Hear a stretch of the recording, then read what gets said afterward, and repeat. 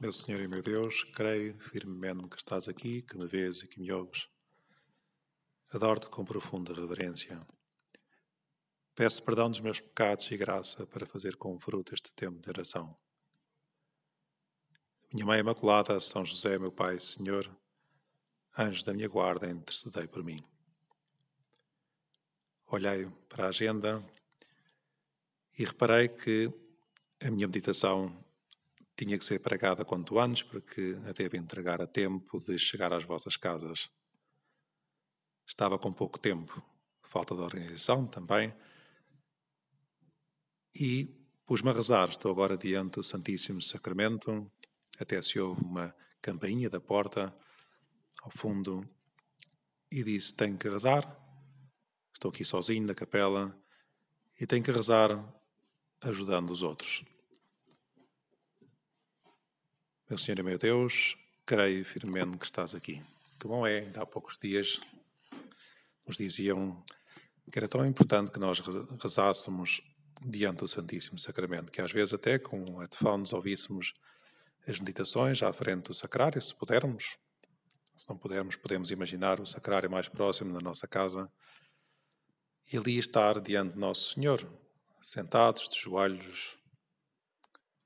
Ainda hoje via uma mãe, engraçado, durante tanto tempo no colégio onde eu estou, que passou talvez 2 horas a rezar diante do Santíssimo, porque o seu filho estava a fazer um exame muito difícil, ou pelo menos muito exigente, de acesso à prova, ao internato médico.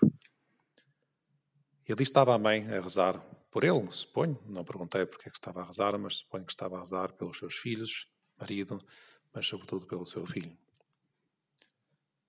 Se calhar não lhe vinham muitas coisas à cabeça, e a razão do terço, não faço ideia.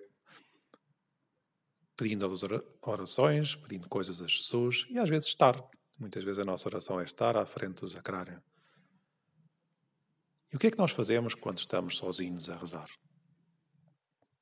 Quando não nos servimos dos 10 minutos com Jesus, que devia ser a maior parte das vezes, podemos usar todos os dias 10 minutos, claro, devo fazer propaganda, como é lógico. E aliás até podíamos pensar se, por exemplo, esta semana ou até ao Natal, nestas semanas até ao Natal, vamos falar a 2 ou 3 pessoas dos 10 minutos com Jesus. Uma boa forma de preparar o Natal seria rezar com Jesus. E é verdade que a minha experiência é que tantas pessoas dizem que são úteis estes 10 minutos com Jesus, que os ajuda. Vamos tentar. É uma forma de fazermos apostolado, evangelizar, de ensinar os outros, de ajudar os outros a serem mais santos, a estarem perto de Nosso Senhor. Mas dizia, quando nós rezamos sem os 10 minutos, quando tentamos rezar sozinho, às vezes chegamos à capela, chegamos ao nosso quarto e agora o que é que eu faço?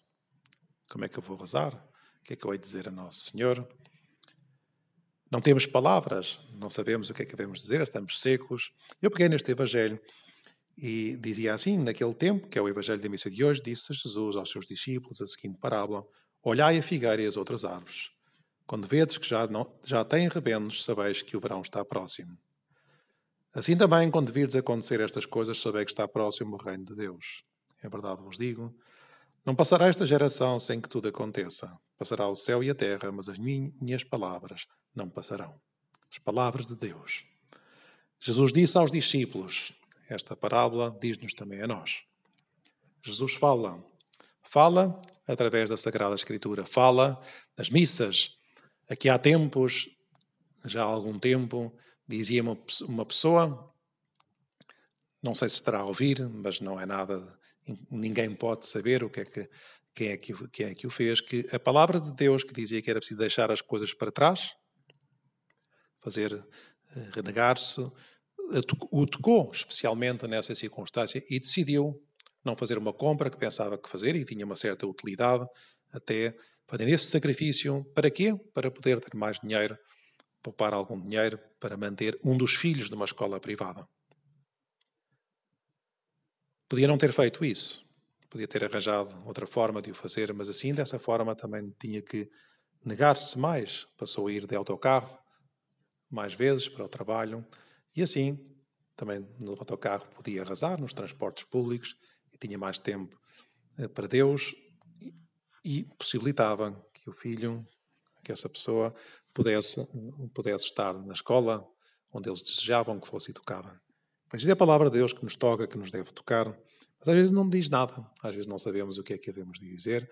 Eu tinha pensado, já há algum tempo, que andava a pensar, nos 10 minutos Jesus tinha que falar da importância, não tem nada a ver com o Evangelho da emissão de hoje, da importância da leitura espiritual, de lermos bons livros espirituais. Devo agradecer a São José Maria Escrivá e à formação que recebi na obra, que me ensinaram e me falaram da importância de todos os dias dedicar 15 minutos a ler um livro espiritual.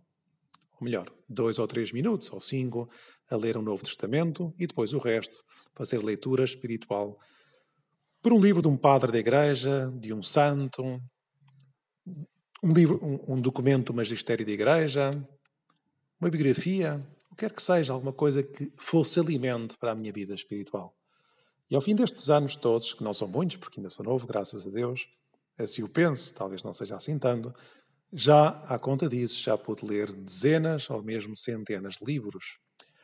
E isso ajuda imenso, porque nós bem sabemos que quando não lemos, mais ainda nesta sociedade mais acelerada, estamos muito voltados sobre nós próprios, sobre a nossa própria experiência, até sobre o ecrã do computador ou do telemóvel, e temos até dificuldade para ver a beleza da criação, das montanhas, das serras, do mar, das nuvens, do céu estrelado, e ver e reconhecer aí nas coisas criadas, nas criaturas, a partir daí conhecer o Criador. Mas é também, na leitura espiritual, também é fonte de enriquecimento, de aprender com os outros. O que é que as outras pessoas pensam acerca disso? Como é que se pode rezar melhor? Como é que se pode ver melhor este assunto? Como é que eu posso viver melhor esta virtude? Como é que eu posso ser santo nas minhas circunstâncias? E por isso é tão importante que leiam livros espirituais. Peço um conselho, uma pessoa amiga, um sacerdote, que livro é que eu posso ler? Há tantos à venda, há tantos na internet, há tantas biografias de santos que nos podem ajudar, há tantos documentos da Igreja sobre os diferentes sacramentos que nos podem ser tão úteis para crescermos. E isso também são sinais. Jesus diz no Evangelho: olhai a figueira e as outras árvores, quando vedes que já têm rebentos, sabeis que o verão está próximo. No nosso caso não é bem assim, ainda falta muito tempo para o verão, aqui em Portugal, mas é preciso reconhecer através dos sinais. Mas nós estamos muito virados para nós próprios, não vemos os sinais à nossa volta. Não somos capazes de descobrir e perceber que a mãe está com necessidade de ajuda, que o pai está cansado e que bem lhe fazia se nós pudéssemos ter um bocadinho de conversa com ele, que a mulher ou o marido precisam de ajuda ou de um tempo de descanso, irem jantar fora. Até podemos pensar, Jesus, há quanto tempo é que eu não convido a minha mulher, o meu marido, para jantar fora, para conversar um pouco mais a fundo. Sinais, sinais. Ver Deus nos outros. Ver Deus naquilo que lemos, ver Deus nos acontecimentos. Somos bombardeados por notícias a todo momento e temos dificuldade, por vezes, de descobrir-te a ti, Jesus, por detrás dos acontecimentos. Por isso precisamos de nos abrir. Por isso precisamos de olhar para o sacrário, como eu estou a fazer agora, olhar para Jesus, dizer, Senhor, o que é que eu queres da minha vida? Para hoje, não assim em termos gerais, como é que eu posso, por exemplo, agora vou confessar, pedir ao Espírito Santo que me ajude a confessar melhor as pessoas, a dar bons conselhos, mas também, quem ouvir esta meditação na sexta-feira de manhã, como é que eu posso trabalhar melhor? Como é que posso ser mais amável lá em casa? Então vamos concretizar este jantar com esta pessoa. Sinais. Sinais significa estar aberto aos outros. Saber reconhecer que aquela pessoa está cansada, que aquele pobre precisa de ajuda, que aquela pessoa está sozinha e que eu devo telefonar, que aquele meu colega de trabalho está necessitado de um sorriso, por exemplo. Quando vires acontecer estas coisas, diz o Senhor no Evangelho, sabei que está próximo o reino de Deus. E é verdade, o reino de Deus está próximo. Por um lado está longínquo, ou melhor, nós não sabemos quando é que vai acontecer o reino de Deus, a sua manifestação definitiva, mas está próximo porque está, como Jesus dizia, no meio de nós. Quando nós fazemos presente a Deus, quando nós sabemos reconhecer a Deus nas coisas pequeninas que fazemos. Mas Jesus diz-nos também, a verdade vos digo, não passará esta geração sem que tudo aconteça, passará o céu e a terra, mas as minhas palavras não passarão. Confiança em Deus. Confia em Jesus. Vamos confiar em Jesus. Talvez esta meditação tenha sido assim um pouco vaga, era o tempo que eu tinha, não sei. Mas muitas vezes a nossa oração não tem que ter também vos gostava de dizer nisto. Não tem que ter assim um argumento definitivo, por assim dizer. Bom, pegamos no Evangelho e falamos daquilo que nos vem, por assim dizer, à cabeça. O reino de Deus está próximo. O reino de Deus está no meio de nós. Ajuda-me, Jesus, a descobrir-te na minha vida, a descobrir esses sinais da tua presença no meio de nós. E por isso aqui fica este conselho. Gostava que também na nossa meditação saísse este conselho pequenino. Façam leitura espiritual. Tenham um livro espiritual. Que um livro espiritual vos acompanhe sempre ao longo da vossa vida. Na mesinha cabeceira, na carteira, nos transportes, num áudio também pode ser. E aí vamos alimentando a nossa fé. Vamos meditando na nossa fé, como dizia Nossa Senhora, que no seu coração meditava aquilo que recebia de Jesus. Dou-te graças, meu Deus, pelos bons propósitos, afetos e inspirações que me comunicaste nesta meditação. Peço-te ajuda para os pôr em prática. Minha Mãe Imaculada, São José, meu Pai, Senhor, anjo da minha guarda, intercedei por mim.